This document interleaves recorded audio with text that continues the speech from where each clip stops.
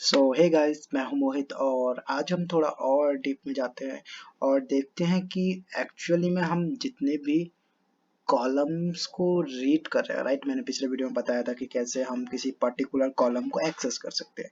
तो उसके ऊपर हमें अगर वर्क करना है, राइट, तो सबसे पहले हमें ये भी पता होना चाहिए कि उस पर्टिकुलर कॉलम का जो वैल्यूज है उसका मतलब क्या है। ओके, यहाँ पर कुछ कॉलम्स ऐसे हैं जिनको हम सिर्फ देख के ही बता सकते हैं कि हाँ भाई इसमें इसके अंदर ऐसा डेटा, जैसे कि अगर मैं कहूँ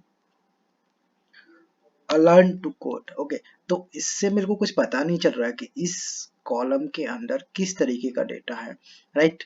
और मेन ब्रांच से भी कुछ ऐसा आइडिया नहीं आ रहा है देखने में कि इस पर्टिकुलर कॉलम के अंदर किस तरीके का डेटा है, राइट।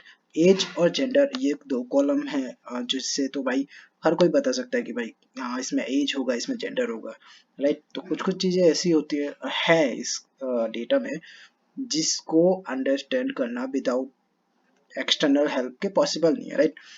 तो देखते हैं कि कैसे हम पता लगाए कि इस पर्टिकुलर डेटा के किसी पर्टिकुलर कॉलम के अंदर कैसा डेटा स्टोर है, कैसे पता लगाए। ओके, तो जब आपने डेटा डाउनलोड करा था उस डेटा के फोल्डर में दो फाइल्स थी, एक थी public.csv और अदर थी schema.csv। सो बेसिकली जो स्कीमा वाली फाइल थी वो जो डेटा है पब्लिक वाला, राइट, उसके बारे में एक्सप्लेन करता है कि उसका पर्टिकुलर कॉलम क्या स्टोर कर रखा है अपने अंदर। ओके, तो लेट्स सी उसके लिए हम स्कीमा वाली फाइल को रीड करते हैं। तो मैं df2 जस्ट लिख रहा हूँ। ओके, तो pd.read.csv। बाय द वे आप अदर फाइल्स को रीड करके भी देख सकते हैं, ओके, एक्सेल वगैरह।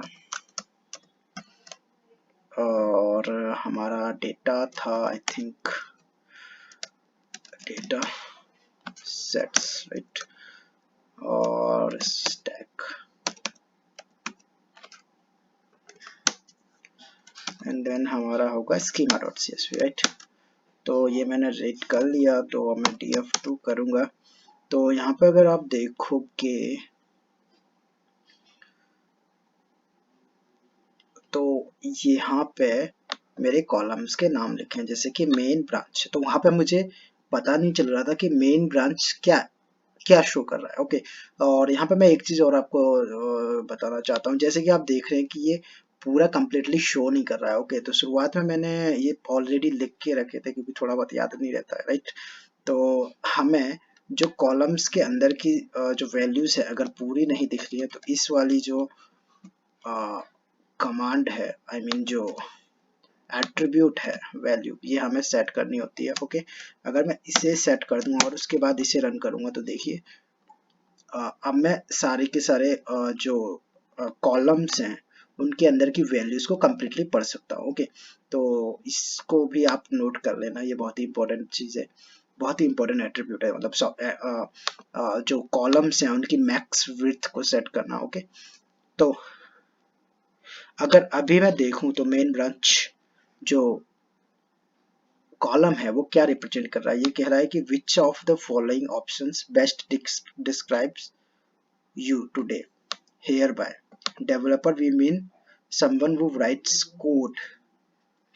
तो बेसिकली ये पूछ रहा है, let me see df dot main branch. Okay, so पूछ रहा है कि भाई आप डेवलपर हो या नहीं हो। अगर मेरे को तो यही समझ में आ रहा है, which of the following options best describe you, here by developer we mean someone who writes code. तो यहाँ पर ये पूछ रहा है कि आज आप डेवलपर हो या नहीं हो, आई थिंक ऐसा ही है, ठीक है। Here by developer we mean someone who writes code. तो राइट, तो यहाँ पे सबने किसी ने दिया I am a developer by profession, I am not primarily developer but I write code for some time. So basically इस तरीके का डेटा इसमें स्टोर है। ओके, तो अगर मैं एम्प्लॉयमेंट में देखूं तो ये पूछ रहा है which of the following best describes your current employment status. Okay, तो अगर मैं एम्प्लॉयमेंट में जाऊंगा df1 के df डॉट एम्प्लॉयमेंट, तो देख सकते हैं मैं यहाँ पर इस तरीके से इसलिए यूज कर रहा हूँ क्योंकि आसान होता है, राइट। तो आप चाहे तो ब्रैकेट का यूज भी कर सकते हैं, जैसे मैंने पिछले वीडियो में बताया था। तो ये कह रहे हैं एम्प्लॉयड फुल टाइम, तो इस तरीके का डेटा इसमें स्टोर है। और भी यहाँ पर जैसे ये ट्रू फॉल्स करके है कुछ, are you involve in supporting new hire during they are onboarding, right, ये क्वेश्चन है। ओके, ऑन बोर्डिंग के टाइम पे क्या आप सपोर्ट करते हैं, तो इसका भी ट्रू फॉल्स उन्होंने जो भी आंसर दिया होगा वो इसमें स्टोर होगा, राइट। तो बेसिकली स्कीमा जो डॉट CSV फाइल है वो हमारे करेंट डेटा जो कि पब्लिक डॉट CSV फाइल है उसके पर्टिकुलर कॉलम में किस तरीके का डेटा स्टोर है ये इंफॉर्मेशन कंटेन करता है। ओके, आई होप आपको आइडिया आ गया होगा, राइट। सो आज के वीडियो में बस इतना ही, थैंक यू।